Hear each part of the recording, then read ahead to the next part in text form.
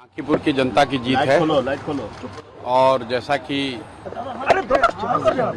चुनाव प्रचार के दौरान हम लोगों ने जो बात रखी थी, ये विधायक बनाने का चुनाव नहीं है। ये भाजपा के केंद्रीय नेतृत्व को ये संदेश देने का एक प्रयास है बिहार की जनता के द्वारा कि बिहार में किसी अच्छे व्यक्ति को मुख्यमंत्री बनाइए। आपको जनता ने 202 विधायक जिताए हैं। किसी अपराधी, किसी गलत चाल चरित्र चेहरा वाले व्यक्ति को बिहार का नेतृत्व मत दीजिए।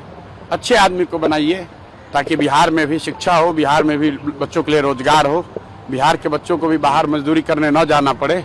ये संदेश बांकीपुर के लोगों ने दिया है। बाकी विधायक जीतना हारना ये तो राजनीति है, चलता रहता है।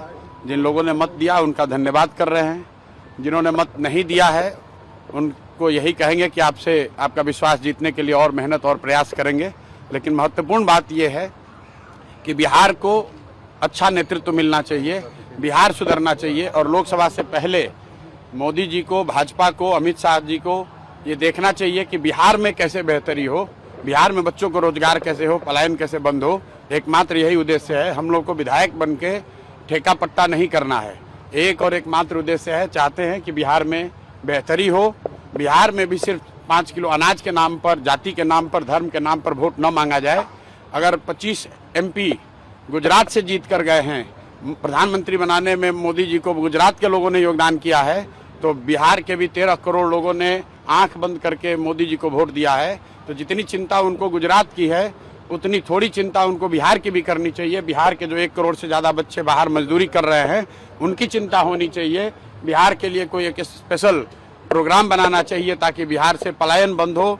कोई भी बच्चा यहाँ से 10-15 हज़ार रुपए के लिए अपने घर, परिवार, समाज को छोड़कर उसको गुजरात, बॉम्बे, दिल्ली, कलकत्ता, कोयम्बटूर, तमिलनाडु, कर्नाटक न जाना पड़े। इसी उद्देश्य को लेकर हम लोग यहाँ आए हैं। और आज की जीत उसी बात को फिर से मजबूत करने के लिए है कि NDA को, भाजपा को लोगों ने जिताया है। अब भाजपा के नेतृत्व की ये जिम्मेवारी है कि किसी ऐसे व्यक्ति को बिहार का मुख्यमंत्री बनाए जो कि बिहार में रोजगार लाए, बिहार में शिक्षा की स्थिति को सुधारे, भ्रष्टाचार कम हो और सबसे बढ़कर पलायन बंद हो। ये सीधा सीधा मैसेज है। 30 बरस का जो गढ़ है वो सिर्फ 30 दिनों में ढह गया।